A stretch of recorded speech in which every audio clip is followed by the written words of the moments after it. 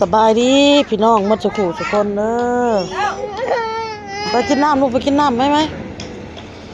มาขายของคือเก่าพี่น้องขายปิ้งขายจามลูกสองสิ้นลมพิวกุดพวกพี่น้องโอ้โอ้โอ้ก็เป็นลมเป็นเกี้ยวขึ้นป้าพวกใบไม้ทุ่งยางขึ้นเทิงพวกพี่น้องอะไรเบิ่งใบไม้พวกอ๋อเป็นยังอ่ะน่ะลมมันหมุนมาน่ะนี่สิมาผัดเอากับโตห่านเขาได้นี่ลมพิวกุดนี่มาย้ำออกไปพุ่นย้ำออกไปไว้นี่ลมพิวกุดมาแล้วพวก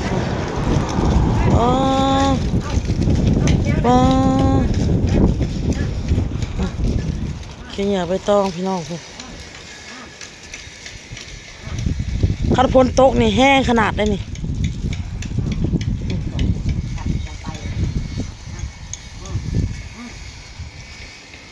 แห้งขนาดนี่ค่ะฝนตกมันตามผู้เฒ่าผู้แก่เป็นว่าพี่น้องไม่จี้กันนั่งอยู่นี่พี่น้องบายดีเด้อพี่น้องออกมาเล่นแล้วพี่น้องเด้อละกาอ้นสิไปหับน้องบอลเนาะเผาห่านให้อ้นเลยพี่น้องเลยออกมาเล่นเพื่อนกับจักเศษอะไรเนาะอยู่แต่กับร้านแล้วก็ได้ออกมาเล่นข้างนอกน้ำแน่อยู่ในน้ำแน่สบายดีพี่น้องเอาโต๊ะกินข้าวกับลูกชิ้นพี่น้องแอบขนาดเลยช่วงใช้ยิ้วเข่าพี่น้องเลยก่อนเข่าของโต๊ะจะน้อยก่อนพี่น้องเลยแล้วก็หับเอาน้องบอล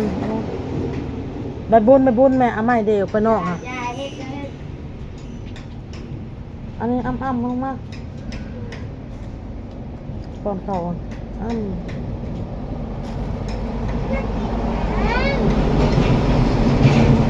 นี่ในจอกน้ำเอากินก่อนเอาโต๊ะกินก่อนค่ะเอาโต๊ะกินก่อนอย่าเฮ็ดโต๊ะอย่าเฮ็ดใส่น้องอย่ามานั่งกินข้าวนี่ไว้มานั่งกินข้าวอย่าโอ้ยเนาะเที่ยวกินไม่บุญฮะเดมาโอ้ยโชคญาติจอกกันเฮาหิวจอกมาเดี๋ยวแม่ให้นะตอนเขาโตแล้วเรียบร้อยพี่น้อยนั่งคลายคลองมันนี่แล้วเลยไปเมื่อไปลูกไปพาเด็กเข่าเมื่อซะแม่เอ้ยไปเมื่อไปมาเพิ่มมาไปเมื่อเงียบพี่น้องเอ้ยเงียบสับแก้วตายว่ามีอยู่บ่คนสัญจรกับมีพี่น้องเอ้ยเดียวหลายคนสัญจรกับหลายแต่บ่มีลูกค้าเงียบสงบ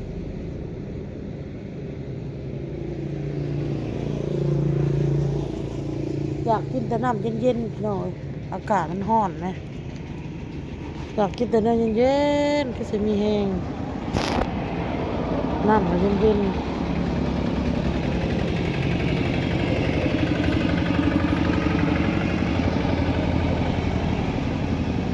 เกิดครีมพี่น้องปลาครีม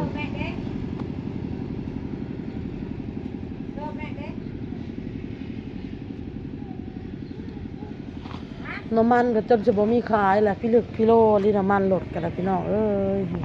ให้ลูกค้าเข้ามาเลยคนแรก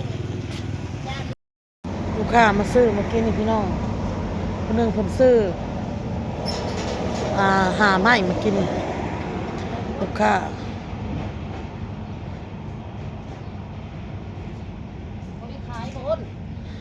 ้ามาซื้อกินนี่หาไม้ไปเนี่ยคือว่าสิบ่ได้ขายเลยเนาะโคตรดอกเนาะหนังกระปกอยู่เมื่อวานก็อ้นอุดนูน50เมื่อวานนี่ค่ะได้50,000เมื่อก่อนน่ะก็ได้เอาไปย่านะคำเอาไปเอาวิเจน่ะเด้อ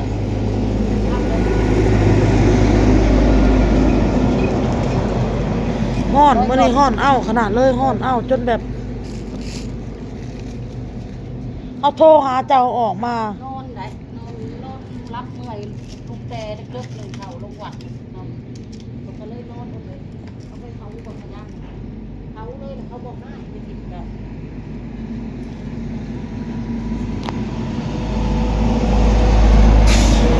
ป้าผมพี่น้องซื้อน้ำมันรถ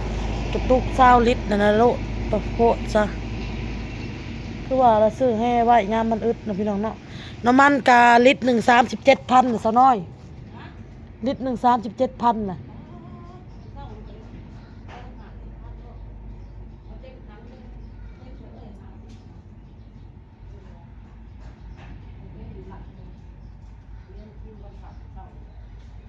หักน้ำมันน่ะเปิดหลายปั๊มอยู่หักแต่ว่าลิตรหนึ่ง37,000น้ำมันแพงขนาดเลยพี่น้องเอ้ยตายเป็นแบบนี้เครื่องขายเฮากาเครื่องขายในตลาดก็ขึ้นนะพี่น้องบ่แม่นว่าขึ้นแต่น้ำมันไดคือแป้งนัวนี่ก็ขึ้นน้ำตาลนี่ก็ขึ้นพี่น้องเลยป้าโทสมมุติว่าน้ำตาลนี่ซื้อถุงหนึง50ถุงหนึง60ปลายพันแบบสิยังก็ขึ้นยังก็แพงพี่น้องขายไปใส่กรอกไม่ใส่กรอกพะวันพี่น้องนี่เด้ใส่กรอกพะวันเด้อพี่น้องเด้อใส่กรอกหวานแซ่บพี่น้องเลยแล้วก็อันมีใส่กรอกอะไรน้ำพี่น้องโตที่เราเห็นแรกๆค่ะนะอันแหนมพี่น้องใส่กรอกแหนมเนาะอันนี้ใส่กรอกหวานแซ่บด้วยพี่น้องเด้อเราเห็นเนี่ยแซ่บมาได้เงินเพื่ออนเด็กสิอุดหนุนเพิ่นพี่น้องเลยอุดหนุนพุทธวันเอาไว้ปิ้งให้เด็กกินไว้ปิ้งให้น้องบอลไปโรงเรียนเขาโซกใบบุญเอาโต้ไว้กินพี่น้องอุดหนุนเอาจาก2ถุงไว้เงินออกก่อนก็อันนี้ไว้โดนมันกับผสมพี่น้องอันนี้สมใส่กรอกหวานนี่เราเห็ดแซ่บ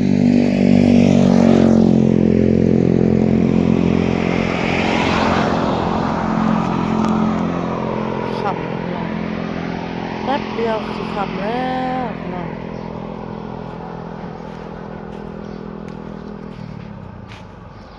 ไม่มีหยังพี่น้องออกมาขายเครื่องขายของคือเก่าแต่ละมื้อแต่ละเว้นกะอื่นกะออกมามื้ออื่นออกมาขายคือเก่าแล้วมื้ออื่นพี่น้องเลยขายเครื่องขายของได้คือเมื่อวานนี่ค่ะได้ขายทอดตะไคร้อ้นแล้วก็เข้าเมื่อไปแล้วก็ผัวกินลูกกินพี่น้องเอ้ยตื่นเช้ามากอ่ะลูกเอาไปกินโรงเรียนแน่แล้วก็พ่อเอาโต้ไปกินบ่อนเฮ็ดเวียกแน่พี่น้องเอ้ยได้เป็นซั่นแหละมันเหลือเข้าเมื่อก็ได้ให้ผัวให้ลูกให้เต้ากินเนาะพี่น้องเนาะค่ำพุ่นละเข้าพี่น้องเอ้ยพุ่นละประมาณ1 ทุ่มพุ่นละ1 ทุ่มก็เก็บเครื่องเก็บของเข้าแล้วพี่น้องเอ้ยได้ขายบ่ได้ขายก็มันค่ำเลยเด้ได้เก็บเข้าแล้วแม่จีดก็เข้าเมื่อแล้วเมื่อเช้านี่ก็โอนเอ้ยว่ะลกงอกให้แม่น่ะโอนลกงอกแล้วก็ล้มกันนั่งสักพื้นสักแผ่นเว้ากันกับแม่เฮาเป็นไปได้ก็บ่อยากให้เจ้าเมื่อแม่เอ้ยคันว่าบ่แบบบ่จำเป็นอะลีข้อยก็บ่อยากให้แม่เมื่อเราเว้าว่าคันพ่อเจ้าได้เฮ็ดเวียกพังเบิ่งนี่แหละเราเมื่อไปแหละเราสิไปถามผู้เขาสิจ้างนะเขาสิจ้างเท่าใดให้เท่าใดเนาะพี่น้องเนาะคันให้เราในในในค่าอันที่เราคะนิ่งไว้อะนะค่าคะนิ่งของพ่อแอว่าคือเราอยากได้ตามเป้าของเราก็ถือว่าเราก็สิรับเฮ็ดเนาะเลื่อยไม้ในห้องเลื่อยนี่แหละพี่น้องเอ้ยแล้วก็ถ้าว่าบ่ได้ในราคาที่เราคาดไว้ก็น่าจะบ่ได้เฮ็ดก็เบิ่งนี่แหละแม่จีดว่าคันสมมุติว่าพ่อเจ้าไปเฮ็ดเวียกก็ต้องเมื่อ1ข้าว1น้ำแล้วเว้าเฮ็ดอยู่เฮ็ดกินให้พ่อเจ้าแล้วว่าในนี้พ่อก็ต้องได้เมื่อคันว่าแล้วก็อยากเบิ่งว่าไม้อะมันหลายมันน้อยสันใดแน่เนาะพี่น้องเนาะเพราะว่าอ้นก็ถามอ้นก็เว้าว่าบ่แม่นบ่ไปเรื่อยดำทิศ2ทิศแล้วก็ไม้หมดบ่ได้เรื่อยบ่ได้นั่นมันเคิกโอ้ละว่านี่แหละ คือมันเสียเวลาได้ว่าก็เบิ่งนี่แหละถามเบิ่งตัวจริงก่อนแม่จีดว่าสิได้เฮ็ดบ่หรือบ่ได้เฮ็ดเขาสิจ้างบ่หรือเขาบ่จ้างคันจ้างอันอยากได้นั้นราคาถูกก็แน่ราคาถูกก็บ่อยากเฮ็ดแล้วมันบ่สมแน่อันเหือแห้งเอาเฮ็ดไปสินะคือผู้อื่นเขาจ้างวันละ300เจ้ามาให้ขอยแต่100เดียวสมมุติว่าขอยก็บ่อยากเฮ็ดหั้นนะประมาณเนาะพี่น้องเนาะเนี่ยพอเราเมื่อไปนี่แล้วเราก็สิไปถามเบิ่งคันได้เฮ็ดอริยรอก็ได้เมื่อแล้วพี่น้องเอ้ย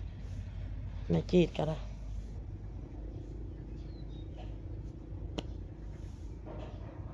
แน่เมื่อก็เหงาพี่น้องเอ้ยคอยก็ได้เหงาได้ออโต้ก็สิเหงาอีกเขาออโต้มันก็มีหมู่มีคู่เนาะมีตอกโซกใบบุญเล่นน้ำกันเมื่อแล้วก็สิเหงาแล้วถ้าออโต้ก็ได้มันมีหมู่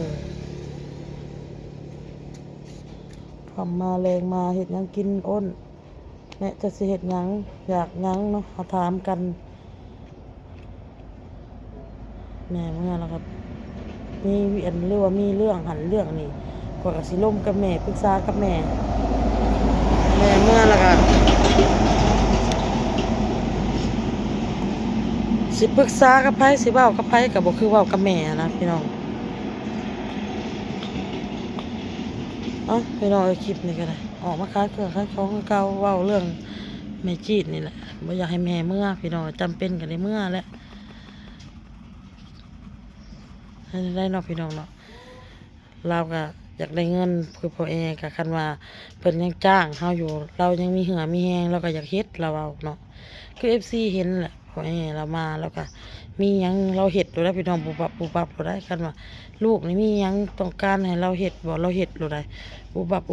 บโดยได้เห็นบ่คือตู่มันคันไม้พอแล้วพี่น้องเอ้ยอันนี้ไม้มันยังบ่พอมันก็เลยยังบ่แล้วเนาะพี่น้องเนาะเอาคลิปนี้ก็ลาแล้วพี่น้องพ่อกับคลิปหน้าสบายดีพี่น้องบ๊ายบาย